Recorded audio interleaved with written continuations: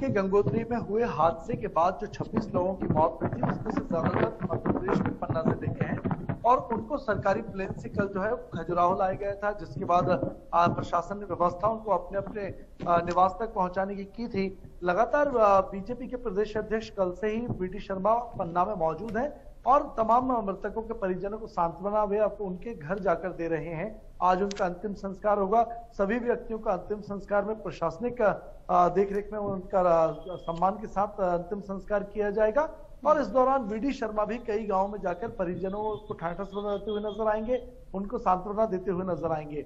इसके अलावा हम पॉलिटिकल एक्टिविटीज की बात करें तो भोपाल में 11 बजे मंत्रालय में आज मुख्यमंत्री शिवराज सिंह चौहान कैबिनेट की बैठक लेंगे। इसके बाद 1:30 बजे मुख्यमंत्री ने एक अहम बैठक मंत्रिमंडल की बुलाई है। नगरीय निकाय चुनावों को लेकर बीजेपी मंथन करेगी। मुख्यमंत्री निवास यानी सीएम हाउस में 1:30 बजे ये बैठक मुख्यमंत्री की अध्यक्षता में होगी, जिसमें कैबिनेट के तमाम मंत्री शामिल रहने वाले हैं। इसके अलावा चूंकि अब मध्य प्रदेश में चुनावी बयार है, ग्राम पंचायतों के चुनाव चल रहे हैं और नगरीय निकाय के चुनावों की प्रक्रिया लगातार जारी है।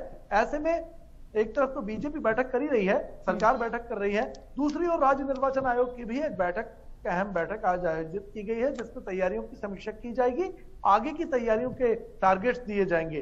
पेड न्यूज को लेकर एक समिति बनाई है राज्य निर्वाचन आयोग ने, उसकी भी एक अलग से बैठक है और अगर कोई प्रत्याशी किसी भी तरीके से मतदाताओं को प्रभावित करने के लिए पेड न्यूज जैसे करतूत करता है तो उनको ट्रैक करने के लिए ये समिति काम करेगी और उस पर कड़ा एक्शन राज्य निर्वाचन आयोग लेगा। तो आज ये तमाम movement political non political Madhya Pradesh में रहने वाले हैं।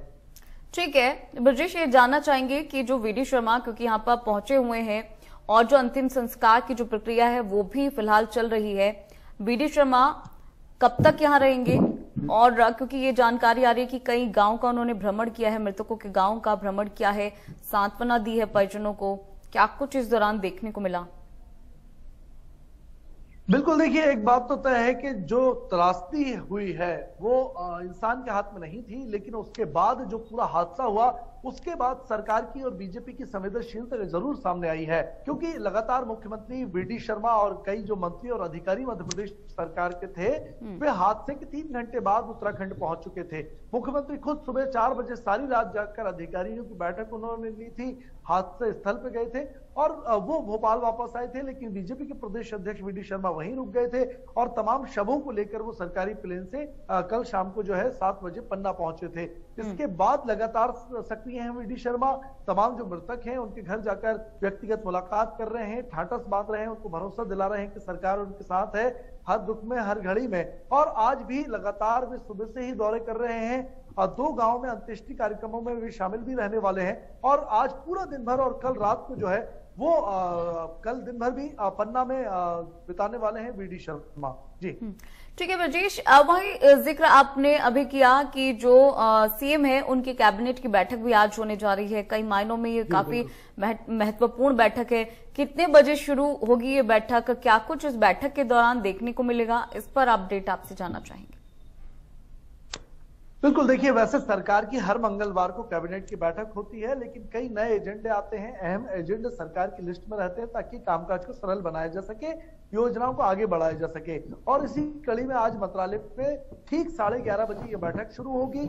12 बजे सरकार के प्रवक्ता नरोत्तम मिश्रा ये ब्रीफ करेंगे कि कौन कौन से एजेंडों पर मोहर लगी है। लेकिन अगर प्रमुख एजेंडों की हम बात करें तो परिवहन नीति में आज बदलाव हो सकता है। एक प्रस्ताव है जिसमें हेलमेट ना पहनने वाले प्रदेश में लोगों के खिलाफ, वाहन चालकों, 2 पहिया चालकों के खिलाफ 400 रुपए का चालान पुलिस कर सकेगी। अभी तक 250 रुपए, 250 रुपए के प्रावधान है चालान के। ये राशि सरकार लोगों की हिफाजत के लिए, उनको जागरूकता फैलाने के लिए बढ़ाई जा सकती है। ये प्रस्ताव पेंडिंग है। इसके अलावा परिवहन नीति की ही बात करें तो स्कूल बसों को लेकर अब सख्त एक्शन में प्रशासन और परिवहन विभाग है। नया प्रस्ताव लाया गया है कि जो बिना फिटनेस की स्कूल बसें रोड पर दौड़ती हैं, बच्चों की जान को मुश्किल में डालती हैं, उनका जो बिना फिटनेस की बसों का जुर्माने की राशि जो है वो 5,000 से बढ़ाकर 10,000 की जाएगी।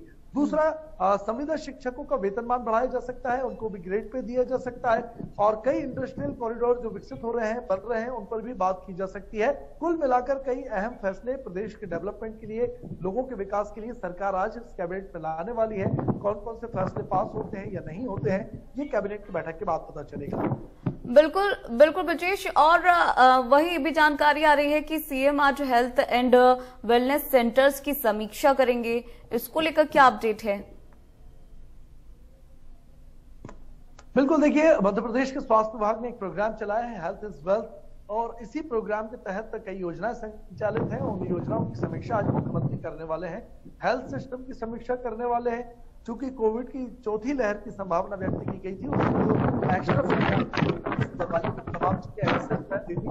यूज बोर्ड में रखे थे, उसको क्या करना है, उसका क्या आगे बढ़ाया जाना है? जो एक्स्ट्रा स्टाफ रखा था उसको आगे बढ़ाया जाना है, या फिर अब कोविड की संभावना नहीं है तो उसको किया जाना है सरकार के ऊपर, क्योंकि खर्च का बोझ भी प्रतिदिन लगातार ज्यादा आ रहा है तमाम व्यवस्थाओं को लेकर। और बाकी रूटीन की जो स्वास्थ्य व्यवस्थाएं हैं, लोगों को बेहतर दवाइयां, बेहतर इलाज सरकारी अस्पतालों में मिल सके, पूरे इक्विपमेंट, इलाज और जांच की सुविधा उनको मिल सके, इन तमाम बातों को लेकर समीक्षा आज मुख्यमंत्री करने वाले हैं। ठीक है ब्रजेश, ये भी जानना चाहेंगे कि जिस तरह से पंचायत चुनावों को लेकर तैयारियां जोरों से चल रही हैं, इसको लेकर क्या कुछ अपडेट है अभी फिलहाल? देखिए, कल लास्ट डेट थी, 6 तारीख को लास्ट डेट थी पंचायत चुनाव के पहले फेज में। जो 8 जिलों में चुनाव हो रहे हैं, उनके पहले फेज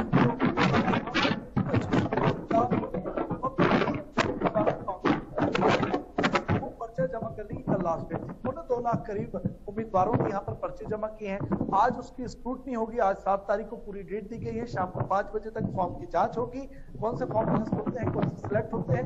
इसके बाद 3 दिन का समय उनको दिया गया है नाम वापसी के लिए, 10 तारीख तक का।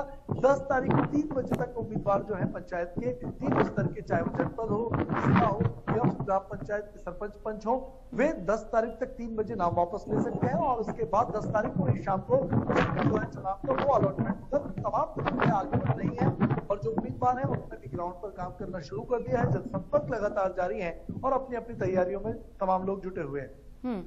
ब्रजेश, एक क्वेश्चन और था कि पेड न्यूज को लेकर जो जानकारी आ रही है कि पेड न्यूज को लेकर आयोग की पैनी नजर रखी जाएगी, इसको लेकर क्या कुछ जानकारी होगी? ये अपने आप में एक महत्वपूर्ण जानकारी है। बिल्कुल, देखिए आज चुनाव है, लोकल चुनाव है, लोकल बॉडीज के चुनाव है, और इसमें पेड न्यूज जैसी जो कुप्रथाएं हैं वो ज्यादा चलती हैं, और इसीलिए इस पर नजर रखने के लिए निर्वाचन आयोग ने एक समिति बनाई है। ये समिति विशेष रूप से न्यूज चैनल्स, अखबारों पर, यूट्यूब चैनल्स पर, पोर्टल्स पर, और जहां तक कि साप्ताहिक, पाक्षिक, मासिक पत्रिकाएं निकलती हैं, उन पर भी नजर रखेगी कि किसी प्रत्याशी के या किसी दल के समर्थन में एक तरफा न्यूज तो नहीं छापी जा रही है। और अगर ऐसा हो रहा है तो उस संस्थान के खिलाफ और उस उम्मीदवार के खिलाफ, उस दल के खिलाफ कड़ी कार्रवाई राज्य निर्वाचन आयोग देगा। सदस्यता भी निरस्त की जा सकती है। तो लेकिन इस तमाम चीजों की निगरानी के लिए एक समिति बनाई गई है। उसकी राज्य निर्वाचन आयोग के तमाम जो बड़े अधिकारी हैं वो आज बैठक लेने वाले हैं, और उस बैठक में आगे का एजेंडा तय करेंगे और यह तय किया जाएगा कि पेड न्यूज की पहचान कैसे की जाए, पेड न्यूज को लेकर निगरानी कैसे की जाए, और पेड न्यूज पर कार्रवाई क्या क्या किया जा सकता है, कौन कौन से उसके लिए नॉर्म्स है, और किस प्रकार से एक्शन किया जाएगा, और कितनी बड़ी टीम होगी, क्या हिस्सा होगा, क्या रूपरेखा होगी, ये पूरी बॉडी जो है वो आज पेड न्यूज एंटी समिति की तय की जानी है। ब्रजेश, इस कमेटी में कितने सदस्य रहने वाले हैं, किस तरह से जो प्रोसेस है वो आगे बढ़ेगा? क्योंकि जानकारी आ रही है कि 3 दिन पहले अनुमति लेनी पड़ेगी। 5 सदस्यीय अधिकारियों की ये टीम बनाई गई है। इसमें टीम अभी बढ़ाई जानी है और भी टीम बढ़ेगी है। कई स्टाफ और कर्मचारी इस टीम में मौजूद। चलिए ब्रजेश, आपकी आवाज हम तक नहीं आ पा रही है, तो यहाँ आपको बता दें कि अब पेड न्यूज पर शिकंजा कसा जाएगा। इसके लिए कमेटी बना दी गई है, और ये जो कमेटी है, जैसा कि हमारे संवाददाता ने जानकारी दी है, मध्य प्रदेश, छत्तीसगढ़ की हर खबर सीधे आपके मोबाइल फोन पर। अभी सब्सक्राइब करें हमारा चैनल और पाएं पल पल की खबर।